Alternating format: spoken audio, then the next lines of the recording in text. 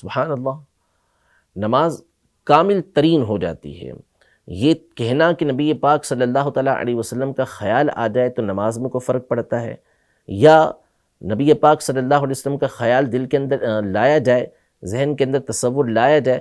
تو اس سے نماز کے اندر کوئی خلل واقع ہوتا ہے، تو یہ اعلیٰ درجے کی نادانی، بے وقوفی اور جاہلیت ہے کہ جو اس طرح کی بات کرے، اور جس قدر اس کے اندر الفاظ کی خرابی ہوگی اتنی ہی زیادہ اس کے اندر توہین بڑھتی چلی جائے گی۔ نبی پاک صلی اللہ تعالیٰ علیہ وآلہ وسلم کا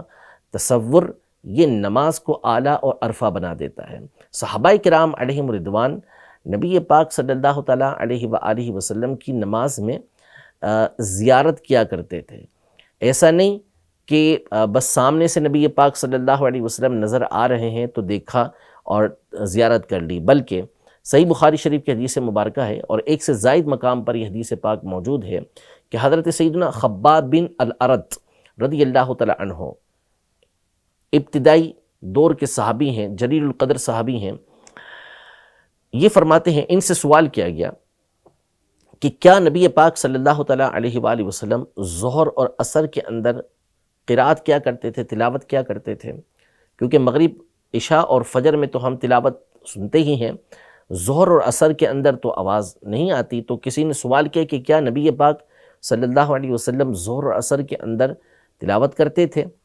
تو انہوں نے فرمایا بالکل کرتے تھے، ہاں۔ تو اب آواز تو آتی نہیں کیونکہ سری اور آہستہ پڑھی جاتی ہے، تو پوچھا آپ کو کسے پتہ چلتا تھا کہ نبی پاک صلی اللہ علیہ وسلم ظہر اور عصر کے اندر قرات کر رہے ہیں؟ تو انہوں نے فرمایا بِاِطِّرَابِ لِحْيَتِهِ، آپ علیہ السلام کی داڑھی کے حرکت کرنے کی وجہ سے ہمیں پتہ چلتا تھا کہ آپ قرات کر رہے ہیں، یعنی تلاوت کرتے ہوئے نبی پاک صلی اللہ تعالیٰ علیہ وآلہ وسلم کی مبارک داڑھی یہ حرکت کر رہی ہے، اس سے پتہ چل رہا ہے کہ آپ کے مبارک ہونٹ ہل رہے ہیں، منہ مبارک یہ جنبش کر رہا ہے، حرکت کر رہا ہے، تو نبی پاک صلی اللہ علیہ وسلم قرات فرما رہے ہیں۔ اب آپ دیکھیں یہ صحابی رضی اللہ تعالیٰ عنہ نہ جانے صف کے کس حصے میں ہیں، نماز کی حالت میں نبی پاک صلی اللہ تعالیٰ علیہ وآلہ وسلم کو دیکھ رہے ہیں کہ آپ علیہ السلام کی داڑھی مبارک ہل رہی ہے، تو یہ تو نماز ان کی کامل اور اکمل اور عرفہ اور اعلیٰ ہے۔ تو تصور کیا، یا تو ڈائریکٹ نبی پاک صلی اللہ تعالیٰ علیہ وآلہ وسلم کو دیکھا جا رہا ہے۔ صحیح بخاری شریف کے اندر بہت سارے مقامات پر امام بخاری رحمۃ اللہ تعالیٰ علیہ نبی پاک صلی اللہ تعالیٰ علیہ وآلہ وسلم کے وصال ظاہری سے کچھ دن قبل کے واقعات کو لے کر آئے ہیں کہ حضرت ابوبکر صدیق رضی اللہ تعالیٰ عنہ نے آخری 3 دن نبی پاک صلی اللہ تعالیٰ علیہ وآلہ وسلم کی جو علالت کے بیماری کے ایام تھے، اس میں آپ رضی اللہ تعالیٰ عنہ نے صحابہ کرام علیہم رضوان کی امامت کروائی۔ حضرت انس رضی اللہ تعالیٰ عنہ فرماتے ہیں کہ پیر کا دن تھا اور ہم فجر کی نماز پڑھنے کے لیے کھڑے ہو چکے تھے، تو ہم سب کی توجہ بس نبی پاک صلی اللہ تعالیٰ علیہ وآلہ وسلم کی ذات کی طرف تھی۔ حضرت ابوبکر رضی اللہ تعالیٰ عنہ آگے موجود تھے، اور نبی پاک صلی اللہ تعالیٰ علیہ وآلہ وسلم نے اچانک اپنے حجرے کا پردہ اوپر کیا، تو حضرت انس رضی اللہ تعالیٰ عنہ یہ فرماتے ہیں کہ ہم قریب تھا کہ اپنی نمازوں کو توڑ بیٹھتے، یعنی سب کی توجہ، سب کی نظر نبی پاک صلی اللہ تعالیٰ علیہ وآلہ وسلم کے حجرہ مبارکہ کی طرف تھی۔ حضرت انس رضی اللہ تعالیٰ عنہ فرماتے ہیں کہ نبی پاک صلی اللہ علیہ وسلم کا مبارک چہرہ اس وقت قرآن کی طرح چمک رہا تھا، کأنہ مصحف،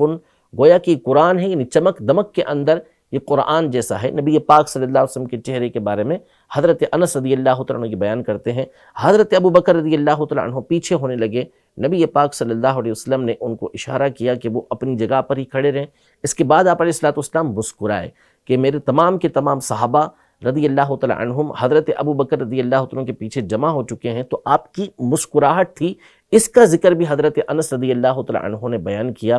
تو اب یہ صحابہ کرام علیہم رضوان نبی پاک صلی اللہ علیہ وسلم کی نماز کی حالت کے اندر زیارت کر رہے ہیں۔ ایسے بہت سارے واقعات یہ صحیح حدیثوں کے اندر موجود ہیں کہ نماز کی حالت میں صحابہ کرام علیہم رضوان نبی پاک صلی اللہ تعالیٰ علیہ وآلہ وسلم کی طرف متوجہ ہوتے تھے۔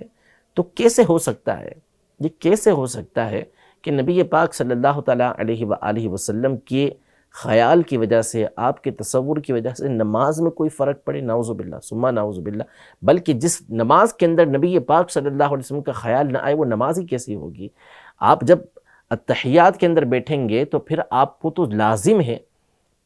کہ آپ نے اتحیات میں نبی پاک صلی اللہ علیہ وسلم پر سلام بھیجنا ہی بھیجنا ہے، اور سلام جب بھیجیں گے نبی پاک صلی اللہ علیہ وسلم کا جب آپ ذکر کریں گے تو علماء نے تو یہاں تک لکھا، ہماری فقہ حنفی کی کتابوں کے اندر واضح طور پہ لکھا ہوا ہے کہ اس وقت بندہ نبی پاک صلی اللہ تعالیٰ علیہ وآلہ وسلم پر درود بھیجنے کا، سلام بھیجنے کا ارادہ کرے گا کہ میں آپ علیہ السلام پر سلام بھیج رہا ہوں، تو جب باقاعدہ انشاء کرے گا، نبی پاک صلی اللہ علیہ وسلم کا تصور جمائے گا، تو آپ علیہ السلام کا خیال تو آئے گا، تصور جمع ہوا ہے۔ امام غزالی رحمۃ اللہ تعالیٰ علیہ نے، شیخ محقق شیخ عبدالحق محدث دہلوی رحمۃ اللہ تعالیٰ علیہ نے تو یہاں تک ارشاد فرمایا کہ بندہ اس بات کا تصور کرے کہ میں نبی پاک صلی اللہ علیہ وسلم کی بارگاہ میں حاضر ہوں اور آپ علیہ السلام کو سلام عرض کر رہا ہوں۔ تو نبی پاک صلی اللہ علیہ وسلم کا تصور نماز کو کامل و اکمل بناتا ہے، اعلیٰ اور ارفع بناتا ہے۔